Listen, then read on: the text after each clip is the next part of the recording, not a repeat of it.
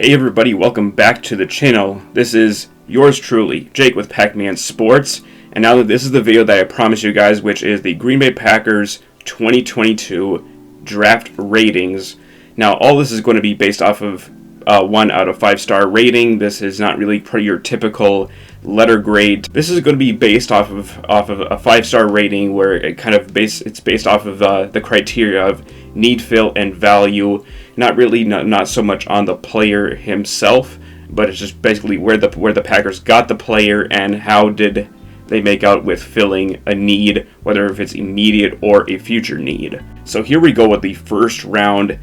Of course, you want to start in the first round, the beginning round of the NFL draft. So in which the Packers have had 2 first-round picks, which one of them they acquired in the Devonte Adams trade, which this one was here, which was 22, in which the Packers took inside linebacker Quay Walker. This came as a surprise to everybody, including me. I certainly did not expect the Packers to be looking at an inside linebacker this high in the draft. Maybe in the later rounds, in the mid, maybe 3 to 4, which I was thinking that there was a possibility that an inside linebacker was going to be on the radar for the Packers to think about selecting. After all, the team did lose some inside linebackers in free agency, one of them being Oren Burks. So I thought maybe they were going to go for a depth filler. Instead, it's a potential starter, in which Quay has a whole ton of starting potential. He was a really good football player at Georgia, and he was a part of that championship team where they were just really super good on defense. Now, to say on things on Quay himself, he certainly was not the best Georgia linebacker that was available, but he would just kind of really, truly kind of like had a fit for the Packers. The Packers value age, athleticism. Quay fits the bill. He has very much been compared to Devonte Campbell, and that's what Quay brings to the table. He could push Chris Barnes to start with Devonte Campbell. We know that Chris, as great as a player and a guy that he is, he's had some bouts with inconsistency. He will have one good game here and then have a not so good game the next. That's what this whole pick is about, is the fact that Quay might be able to bring some consistency and stability to the position, and just being able to have that extra option. Who knows what Joe Barry has in mind with such athletic guys like Quay and Devonte, where Chris is limited athletically, which is probably another really good reason to go for such an athletic linebacker. So for the value and the need fill, I think inside linebacker was a little bit of a low-key need, not a huge glaring need. So the need fill probably docks this maybe a little bit. The value, I think, was underrated. He was projected to go in the late round, maybe early second. Daniel Jeremiah had him at 29th on his big board. So I think that says a lot that Quay probably was, in fact, a late riser and was very much in consideration to go in the late first. He did go at late. He did, and I think that he is actually at a really, really good value here at this spot. Could have been a little bit better, but I can't dock the value too much. I can't dock the value much at all. So with that, I think I'm going to give this pick here a 4-star rating out of 5 for now. And now here we go with the second pick in the first round. The Packers doubled up on defense at Georgia Bulldog defensive players, and this guy here, Devonte Wyatt. This guy has so much potential in this Packer defense. He really filled a big need here, and which it was a position that we probably didn't really expect, but at least I didn't really quite expect it, because Devonte, as really, really good of a player is, he came with some character concerns, some domestic violence came into his background, which is why I thought maybe the Packers would probably shy away from picking him. But I think that this is probably going to be a pick that very well could work out if Devonte stays clean. There's a lot to like about his game. He's a disruptor. He's explosive. His run defense is really, really solid. He could use a little bit more work in the pass rush. The sack production was quite low for a guy with this much upside, and his hand usage could use a little bit of improvements as well. This is not a perfect prospect, but a good one nonetheless. The value for getting Devonte here at 28 was very good in my opinion. He probably even could have been selected with the 22nd pick and Quay with the 28th, and that would have been even better for the Packers. But the fact that we got these two are very good in my opinion when it came to value and filling a need, because the Packers have just ignored interior defensive line for so long. And the Packers haven't drafted interior defensive linemen this highly since Dayton Jones. So this one to me is just, I think it's a little bit better, I think, when it comes to grading this or giving this a rating. I'm going to go with 5.5, or I'm going to go with 4.5 stars, because I think the value was a little bit better and the need was a bigger need fill. And to say the least, Devonte is going to be very much a welcomed addition to the defensive line and to this Packer defense as a whole. And with the second round pick, the Packers took the biggest position of need, which was wide receiver, and the Packers got their man in Christian Watson out of North Dakota State. This pick was arguably a lot of people's favorites. Maybe not necessarily mine, but I really love this pick, and I like the player. Christian really truly embodies what a Packer receiver really is. Big guy, big, fast, explosive. He blocks in the running game. He truly has he just fits the culture of really what a Packer is. Christian, let's just say his run after the catch ability, his red zone abilities are going to be very useful. His skills as a deep threat because of his speed will be very much valued here in this Packer offense. Other things that he can do in this offense that Matt can use with Aaron are bubble screens, jet sweeps, all kinds of different things. He could potentially be used somewhat like a Deebo Samuel, even though he isn't quite as elusive, doesn't have quite the agility and the short area quickness that Deebo displays, but Christian working on the outside could be one heck of a playmaker here for the Packers. That's how much the upside that I see with Christian being here coming to the Green Bay Packers. There are some things in areas where he can improve, such as route running. He could get a little bit more polished in the area because he does come from a relatively college-esque offense, really, at North Dakota State. It's not a really quite exactly the biggest pro-style offense, but it's a good offense, and let's just say he will probably be a little bit raw when it comes to route running, but not terrible. It's not like he is going to be a 2 or 3 route guy. He could be used in multiple routes, and the comparison to MVS to me is a little bit of a stretch. I think they compare when it comes to size and speed, but I think that Christian's skill set isn't quite what Marquez was. I think Christian has a little bit more agility. I think his short area quickness is better. And I think his change of direction is better. He's not as stiff in the hips as MVS was. And I think he's going to be a better all-around receiver than Marquez ever was for the Packers. And I think also the consistency is probably going to be better as well. This is going to be a 4.5 stars for me. And the reason why I'm not going to give it 5 is probably because the Packers had to trade up to get Christian, and we had to give up a second-round pick, swapping with Minnesota 53 to 34. Yes, the Packers didn't really necessarily need another pick, but it would have been nice to have been able to acquire another late-round pick, perhaps a 6th-round pick, because we didn't have one to get back from Minnesota. And I think that would have made things a little bit better, in my opinion, but the fact that Christian Watson and a guy of his caliber is coming to Green Bay is exciting, and I know that Packer Nation is definitely excited to see a second-round wide receiver coming here to Green Bay. The track record with second-round receivers has been well documented, and the fact that we got a really, really potentially good player here is good for me, and it's good for everyone involved. And in the third round, the Packers took an versatile offensive lineman. Not surprised there. It's Sean Ryan, the left tackle out of UCLA. He played left tackle there, but I think he projects as either a guard or a right tackle. So he's going to be in the battle to potentially start at guard or right tackle. getting in there into the mix of possibly being a potential starter. At the very least, he's going to be a terrific backup. What can I say? I just absolutely loved this pick. When Sean was still on the board, I was just crossing my fingers and hoping he was going to drop. There was a whole bunch of offensive linemen that were available for the Packers to take, and it just made sense that it was going to be Sean here.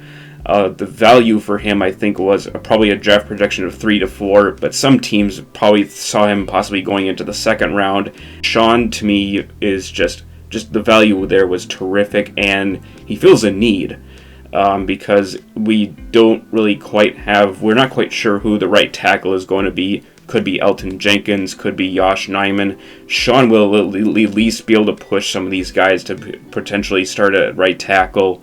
We know that Josh, he has played left tackle for the Packers and has filled in admirably as a backup. We don't know what he is at right tackle yet, but the upside is there for Josh, and it wouldn't surprise me if he starts at right tackle to begin the season, because Elton Jenkins, unfortunately, is still on rehab with his torn ACL, and he's probably not going to be ready to start for the Packers in the season. He will probably be on the PUP list to start out, and then maybe in a few more weeks he will be able to return for the Packers, and he will either be a left guard or right tackle.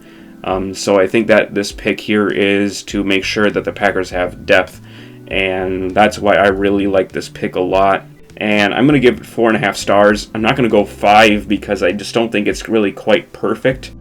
Now coming into day 3, the Packers again doubled up at the wide receiver position. Not a surprise. We kind of expected that where multiple wide receivers were going to be selected by the Packers because the wide receiver room was very much in question going into the draft.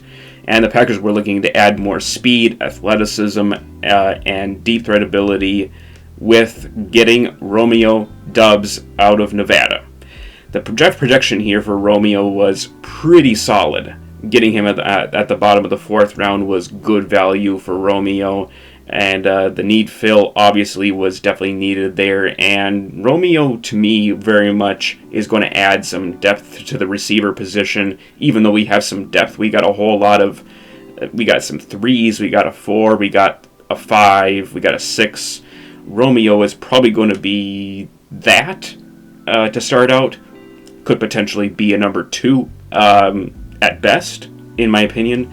Romeo certainly has his great strengths. He has his weaknesses, and a lot of that has to do with just being able to adapt to the pro game when it comes to route running, because he had a limited route tree in college at Nevada and has had some bouts with inconsistent hands, but that's only going to get better over time because young receivers tend to have some cases of the dropsies.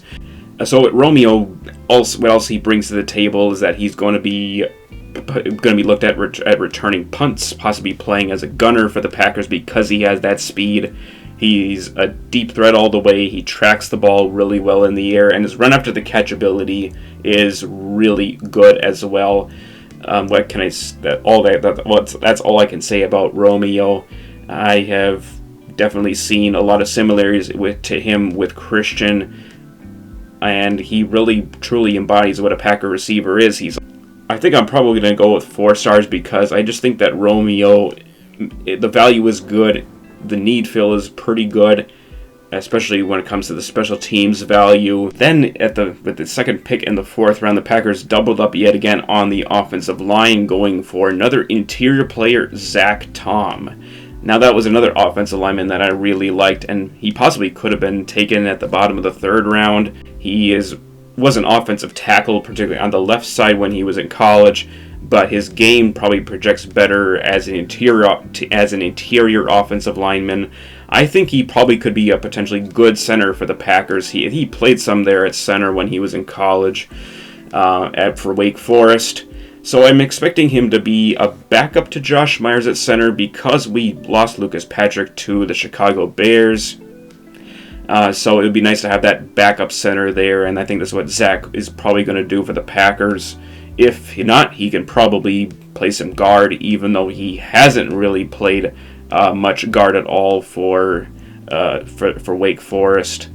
The things that I like about him is pass blocking, his run blocking, they're both pretty equal. The movement and athletic traits for zone blocking is very much there. The versatility is there, which is why it made so much sense to go with Zach, because he just screamed Packer offensive lineman. Very, very vitally important to keep your quarterback upright, and the Packers need some help with keeping Aaron upright, and that really helps along the ways when it comes to being able to get deep into the playoffs, is that the Packers had some struggles with pass protection when it came to the 49ers game, and that was one of the reasons why we lost, is that the fact that the pass protection just wasn't there and Aaron was on his butt all day.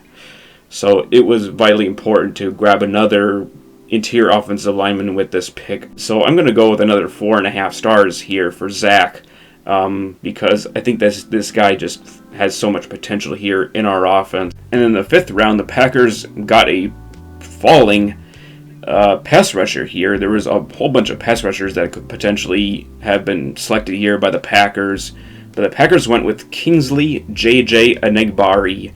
This guy was somebody that was on my radar that had a whole lot of potential to be a Green Bay Packer. There was some things about his game where I saw that was very, very good. He projected well to the 3-4, so he is going to be starting out as a backup edge rusher to Preston and RHYAN. Having that third option is going to be great here for the Packers. The value was good. He was projected to go primarily in the 4 to a 5. Some people probably thought he could have sneaked into the 3rd round. I kind of actually had JJ in a mock draft one time at the bottom of the 3rd round. Very good value here for the Packers. And with this one, I'm going to go with another 4.5 stars. The value was good, and the pick was just really, really good. And the player has a lot of upside because he's athletic, and there's a lot of things that we can work on to potentially make him into a great 3rd option here for the Packers and being able to go get the quarterback. And with the first of 4 picks in the 7th round, the Packers had 4 picks because they traded down and acquired an extra 7th round pick to Tariq Carpenter, strong safety. And he essentially grew up a Packers fan, so him getting drafted to the team that he grew up loving was also kind of neat. What can I say about Tariq? He's brought in here to potentially really contribute mostly on special teams. We know that Rich wants to be able to get some guys in here to help out with special teams after it was just completely terrible last year, the year before that, and the year before that, and it was just a bad special teams unit all around. Just being able to build a good solid core of good players to help out fill the back end of the depth chart will help this team get to decent special team status. And that's what this pick was primarily about, also to fill in depth at safety. He will compete for a nickel safety or a linebacker spot. I think some teams project him better to be a linebacker because of speed limitations, and there's some other things in too that are don't translate too well. One of the things is range and coverage. He is not really ideal in space, so working in zone coverage might be an issue for Tariq to start. Man coverage might be not quite there as well. His ball skills is another area where he can improve, but things to love about him is his hard-hitting mentality, and his run defense will come in very much in handy where he can operate in the slot as a nickel safety or a nickel linebacker where he can be used to help stop the run, as that was very highly needed. Probably his draft projection was a 6 to a 7. He possibly could have been a free agent because there were just some questions about him being able to translate for a position in the NFL. Is he a safety? Is he a linebacker? Some are saying, a lot of people are saying linebacker. Some are saying that he can probably work out as a safety in time. So I think that Tariq's value was fine. But I think if I had to go with a value, I'm going to go with a 4-star value. I'm not going to knock it too much. I just don't think I can really quite exactly love the pick. But like I said, I like the pick, and it's a good one here for the Packers. Okay, we're getting pretty darn close to the end. And with this second pick in the 7th round, the Packers went with Jonathan Ford, the big run-stuffing beast out of Miami of Ohio. So with this pick here, this one to me I just didn't really love it very much. The way I see it, Jonathan to me really wasn't projected to be drafted, and a lot of people would say that he was projected to go undrafted. But I don't have a problem with this pick because I thought that, hey, maybe you can bring this big man in here to see what he can do in camp. And with as many picks as we had 11 picks. So I thought it was like, hey, it's worth a shot. Let's see what he can do in camp. If not, he can probably be placed on practice squad. And so with that, for the star rating, I'm going to go with just 3 stars because this is just more like a meh type of pick. But otherwise, it's worth it. Now, Rasheed Walker, this pick, I just really loved the value here for the Packers. He was projected to go an early day 3. In fact, I even saw that Rasheed even went into the 3rd round in some mock drafts when I was looking around. I did a quick look at Rasheed because I thought that he was a very good scheme fit for the Packers. I didn't dive too deep into Rasheed, but I knew that he had some potential to be a Packer player. If not, he was going to be potentially going to another zone blocking team like the Pittsburgh Steelers, who needed some offensive tackle help, the Chicago Bears, and the Minnesota Vikings. What he can do here is compete for a guard or a right tackle spot. I think he projects to be a right tackle. He played left at Penn State, and I know that it was a very redundant pick going for another offensive lineman, but having Rasheed actually being there in the 7th round was a surprise to me. I actually thought he was already selected by some other team. I just forgot he was on the board. And then when my initial reaction to the pick was like, wow, I can't believe Rasheed was there. And sure enough, Goody and the guys took him, and he is a Green Bay Packer. This pick probably could have gone to a corner. It possibly could have gone to maybe a 4th running back, because running backs tend to get injured often because you have the unfortunate collisions that running backs face. There was Jalen Wittermeyer. He was available at the time, and he probably could have helped fill a smallish need at tight end. I would have liked for the Packers to look at a young tight end, but it takes time for young tight ends to completely develop. So I thought it was worth it to maybe look at there. But it's, in my opinion, it's worth to have Rasheed here in Green Bay and see what he can do in camp and possibly compete for that right tackle starting job. At the very least, he could be a good, valuable depth piece to this offense, and I can't stress how much enough it is to protect your quarterback and block for your running backs. This is what Rasheed brings to the table, is his road grading, run blocking, and that's why I really like the pick here for the Packers. I'm going to go with 4 stars because I just thought that maybe this was a little bit redundant, but the value was there and it does help fill a need. Okay, we have come to the final pick for the Green Bay Packers, in which they selected another receiver, so that's 3 in total. And this one was with Nebraska. This one was with Nebraska's Samori Toure, a very much an under the radar type of wide receiver. Very, in my opinion, very underrated.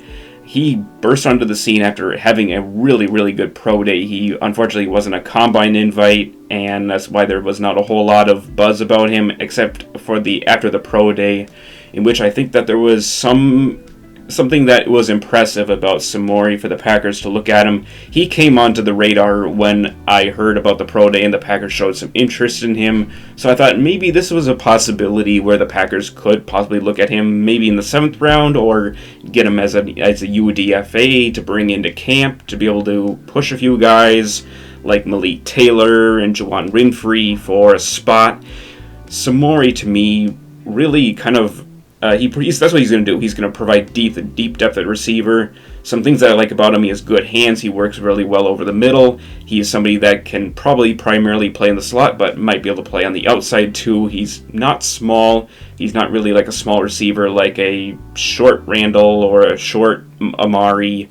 There's a lot of things to like about him, but there's some things where he can improve, such as route running. I mean, a whole lot of receivers coming out this draft can improve in route running.